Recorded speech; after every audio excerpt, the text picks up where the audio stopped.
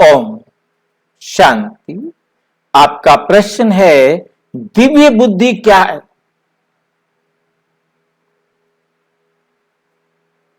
दिव्य बुद्धि दिव्य गुणों से संपन्न बुद्धि। एक छोटी सी भ्रांति सामान्यता रहती है, वो ये रहती है कि बुद्धि को शरीर का हिस्सा समझ लेते हैं। आत्मा में और शरीर में ये सबसे बड़ा अंतर हमें अपनी बुद्धि में रखना है। वो ये कि हम ये शरीर नहीं है, हम आत्मा है। हमें बहुत अच्छी तरह समझना है। आत्मा की 3 फैकल्टीज हैं, मन, बुद्धि और संस्कार।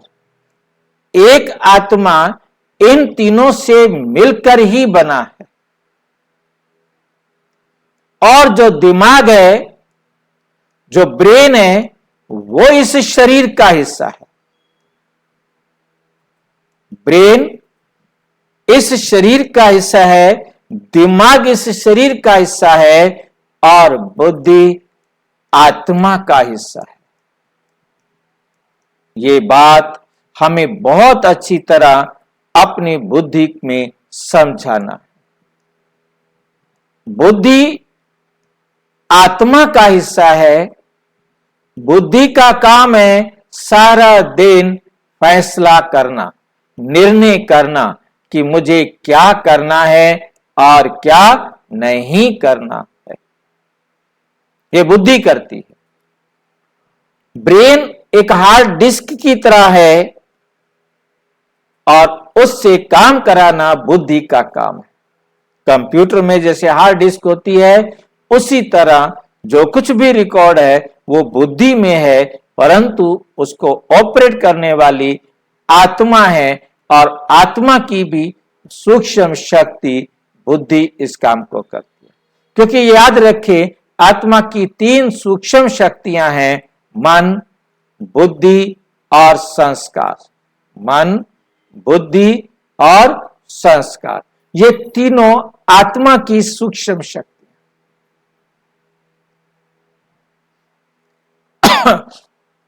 अब ये बुद्धि डिवाइन बनती है, ये बुद्धि ही अनडिवाइन बनती है। ये बुद्धि ही दैवी बनती है, ये बुद्धि ही आसुरी बनती है। आसुरी बुद्धि भी यही है और देवी बुद्धि भी यही है। इसी बुद्धि को कब देवी बुद्धि कहा जाता है, कब इसको आसुरी बुद्धि कहा जाता है, उसका कारण होता है उसका संग। संग अच्छा है तो विचार भी अच्छे आएंगे, बुद्धि फिर कार्य भी अच्छे करने के लिए निर्णय करेगी। और यदि बुद्धि को भोजन या संग गंदा मिलता है, गंदे विचार सुनती है, गंदे विचारों में रहती है, तो नेचुरल उसकी बुद्धि ऑटोमेटिक क्या हो जाती है? गंदी। तो आत्मा का भोजन है ज्ञान, समझ। कैसे ज्ञान को वो लेता है, किन के संग में रहता है और उनके संग से उनके विचारों का उसके ऊपर प्रभाव पड़ता है। अब दिव्य बुद्धि कौन बनाएगा? दिव्य बुद्धि का दाता परम पिता परम आत्मा है।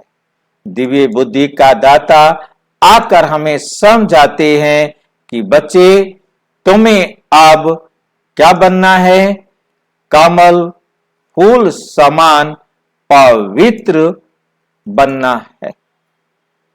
अब आपका जीवन कैसा होना चाहिए? कमल फूल समान पवित्र। कमल पुष्प की विशेषता है कि वो पानी में रहते हुए पानी से न्यारा रहता है। अब हमारा जीवन कमल पुष्प समान बने, तब हम बनेंगे दिव्य गुणों वाले। जब हमारे जीवन में डिवाइन वर्च्यूज या दिव्य गुण आते हैं, तब हमारी बुद्धि दिव्य बुद्धि बनती है। क्योंकि यदि हमारे अंदर यहां आसुरी गंदे विचार आएंगे, गंदा संग आएगा, तो हमारी बुद्धि भी गंदी, विकारी, अनडिवाइन बनती जाएगी। तो डिवाइन बुद्धि बनने के लिए परमपिता परमात्मा कहते, बच्चे अपने आप को दिव्य गुणों से संपन्न बनाओ। पहला गुण हम यहां देख रहे हैं, सहनशीलता। जब हमारे अंदर सहनशीलता आती है, सहन हमने करना है आत्माओं को। हमने किसी आत्मा का सामना नहीं करना, हमने किसी आत्मा को सैल्वेशन नहीं देनी, हमने आत्मा को सहन करना है। बहुत ध्यान से देखना है। सैल्वेशन हम दे तब सकेंगे जब हमारे पास सहनशीलता होगी। बिना सहनशीलता के हम दुख ही दे सकते हैं। सहनशील आत्मा ही केवल सुख दे सकती, क्योंकि वो स्वयं दुखी है, तो वो जरा भी कोई बात भी सहन नहीं कर सकता। थका हुआ व्यक्ति जिसके पास सहनशीलता खत्म हो गई है, वो छोटी सी बात पर भी गुस्सा हो जाएगा।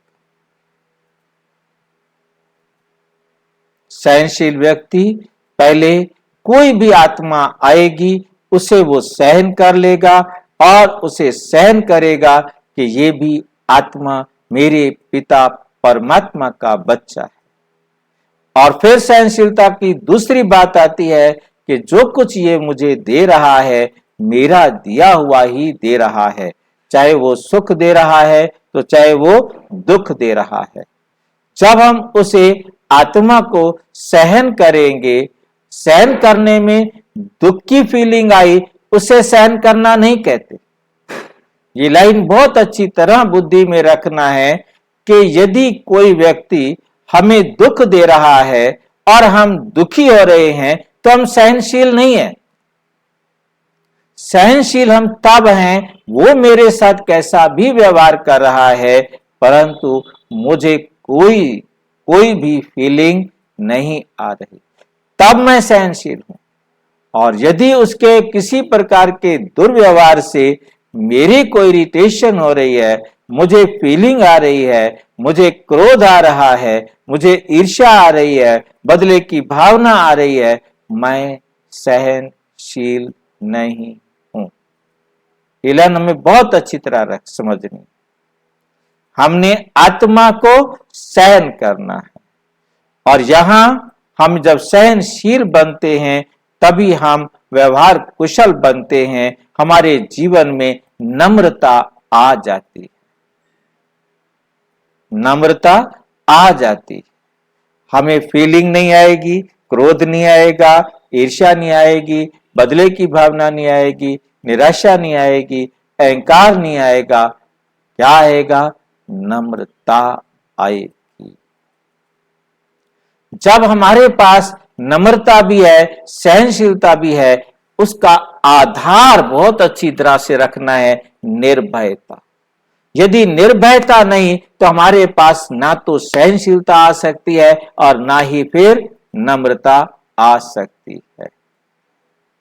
निर्भय हम कब बन सकते हैं? परमपिता परमात्मा आकर समझाते, बच्ची तुम अमर आत्मा हो, तुम्हें कोई मार नहीं सकता, तुम्हें कोई जरा सा भी नुकसान नहीं पहुंचा सकता। कोई ज्यादा से ज्यादा आपके शरीर को नष्ट कर सकता है, परंतु आपको तो नष्ट नहीं कर सकता। आप आत्मा एक शरीर छोड़ेंगे, दूसरा शरीर आपके लिए पहले से ही तैयार होगा। डोंट वरी, चिंता करने की जरूरत नहीं, भयभीत होने की जरूरत नहीं।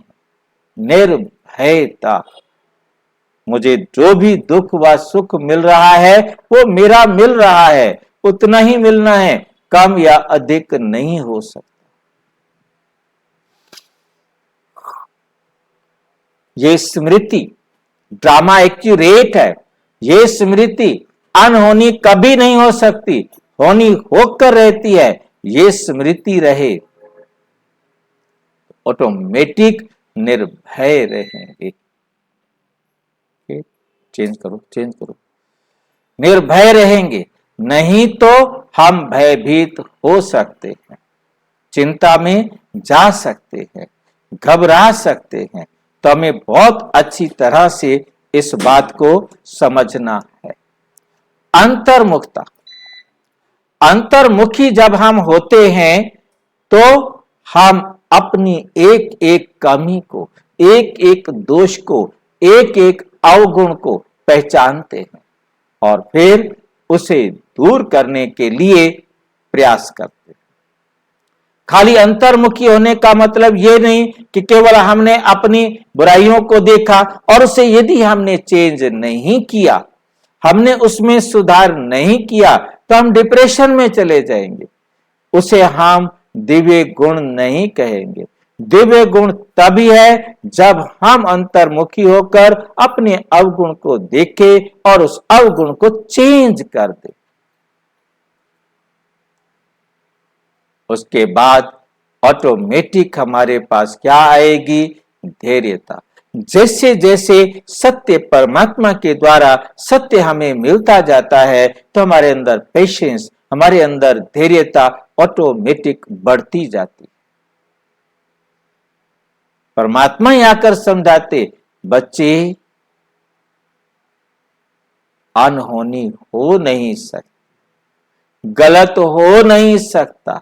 अब मैं आया हूं, मैं हर बात में तुम्हें कल्याण सिखाने आया हूं, क्योंकि ये वर्ल्ड का जो ड्रामा है वो कल्याणकारी है। इस वर्ल्ड ड्रामा में कभी भी किसी भी आत्मा का अकल्याण नहीं होता। किसी प्रकार की स्थूल दुनिया का आपका नुकसान होता है, कोई चीज आपसे छिन जाती है, कोई चीज आपसे चली जाती है, कोई आपको मार देता है, कोई आपको नुकसान पहुंचा देता है, तो समझ लीजिए इसमें भी भलाई है, इसमें भी कल्याण है। जब आपको यह समझ में आएगा, क्योंकि मैंने ड्रामा में किसी भी वस्तु का, किसी भी व्यक्ति का, किसी भी स्थान का तब तक उपयोग करना है जब तक मेरा उसके प्रयोग करने का पार्ट है। जैसे ही उसके प्रयोग करने का पार्ट खत्म होगा, मैं उस स्थान पर रह नहीं सकता, उस व्यक्ति के साथ रह नहीं सकता, उस वस्तु को मैं यूज नहीं कर सकता।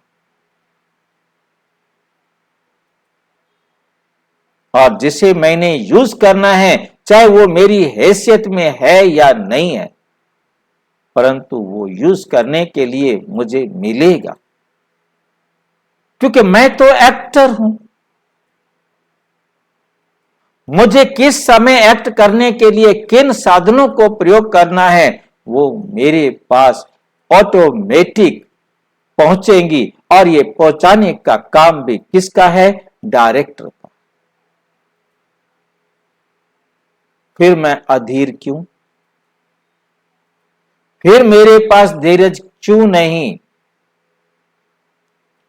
आप अपने आप को इस संसार का मालिक समझते हो, ये समझो कि मैं एक एक्टर हूं। जिस समय जिस रोल को करने के लिए जो चाहिए वो ऑटोमेटिक मेरे पास आएगा, तो धैर्यता ऑटोमेटिक मेरे पास आती जाएगी। क्योंकि ये सारे दिव्य गुणों को देने वाला एक परम पिता, परम आत्मा है। स्वीटनेस, मधुरता, क्योंकि जब हमारे पास धैर्यता है, सहनशीलता है, सारे हम देख रहे हैं, नम्रता है, तो ऑटोमेटिक मधुरता भी आती है। हम मीठा व्यवहार करें, हमारा बोल, हमारी दृष्टि, हमारा हर कर्म कल्याण देने करने वाला होगा, सुख देने वाला होगा, मधुरता देने वाला होगा। ऑटोमेटिक हमारे जीवन में मधुरता आएगी। जब मधुरता आएगी तो हमारा चेहरा भी हर्षित मुख होगा,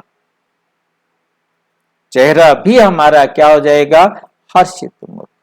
सहनशीलता है, धैर्यता है, मधुरता है, नम्रता है, अंतर्मुखता है, सत्य हमारे सामने है, फिर हम अपने चेहरे को क्यों उदास करें, चेहरा क्यों लटकेगा, चेहरे पर ऑटोमेटिक खुशी होगी, चीयरफुलनेस होगी, हर्षित मुक्ता होगी। कुछ खराब हुआ है क्या, कुछ गलत हुआ ही नहीं तो हमारी खुशी गायब हो नहीं सकती, और वो रियल खुशी, सच्ची खुशी वो हमारे चेहरे से सबको दिखाई देगी। और इन सब के साथ जो सबसे मुख्य गुण है वो है संतुष्टता, पवित्रता। पवित्रता के बाद नेचुरल हमारे पास क्या आएगी, पवित्र संतुष्टता, सहनशीलता, नम्रता, निर्भयता, धैर्यता, मधुरता, इन सब को देने वाली क्या है, पवित्रता। और पवित्रता का मतलब है मैं आत्मा हूं। जैसे ही मैं आत्मा के साथ मैंने शरीर को मिलाया, मेरा शरीर आत्मा के साथ जोड़ा, तो आत्मा में मिलावट होने से आत्मा पतित हो जाती है। जैसे शुद्ध दूध में पानी मिलाने से अशुद्धता हो जाती है, ऐसे आत्मा के साथ शरीर को जोड़ने से पवित्रता की जगह अपवित्रता हो जाती है। जब हमारे अंदर कमल फूल समान पवित्रता आती है, तब हम इन सारे देवी गुणों को धारण करने में सक्षम होते हैं। और जब ये सारे देवी गुण आते हैं, सारे देवी गुणों की जो प्रकाष्ठा है वो है संतुष्टता। जब आवे संतोष धन, सब धन धूरी समान। ऐसे छोटे छोटे दिव्य गुण बहुत है। जब हमारा जीवन इन दिव्य गुणों का गुलदस्ता बन जाता है, तब हम दिव्य बुद्धि वाले बन जाते हैं। जब हमारा ये जीवन क्या बन जाता है, दिव्य गुणों वाला, दिव्य बुद्धि। ओम शांति। और विस्तार से जानने के लिए प्रजापिता ब्रह्मा कुमारी ईश्वरीय विश्वविद्यालय की किसी भी शाखा से संपर्क करें। और यदि कोई प्रश्न है तो 9213106986 पर केवल टेलीग्राम करें। 9650692270 पर केवल व्हाट्सएप करें, फोन नहीं। ओम शांति।